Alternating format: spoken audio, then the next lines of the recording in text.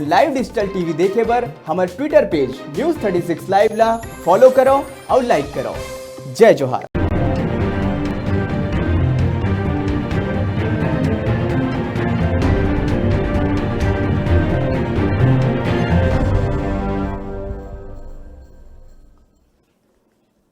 जय जोहार। स्वागत है खबर 36 में। खबर 36 में आगू बढ़बो और बात करबो रतनपुर के।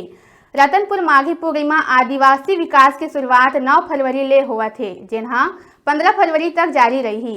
ये मेला के व्यवस्था ले लेके प्रशासन हा अपन पूरा तैयारी में जुट गए है, जेकर चलत नगर पालिका के वाचनालय भवन में एसडीएम कोटा और अतिरिक्त पुलिस अधीक्षक के अध्यक्षता में एक बैठक आयोजित करे गई। बैठक में तहसीलदार, थाना प्रभारी कृष्णा पाटले, नगर पालिका अध्यक्ष, उपाध्यक्ष के अलावा स्वास्थ्य विभाग, बिजली विभाग, लोक निर्माण विभाग आदि के अधिकारी के अलावा जनप्रतिनिधि, नगरवासी मन घलो बैठक में मौजूद रही।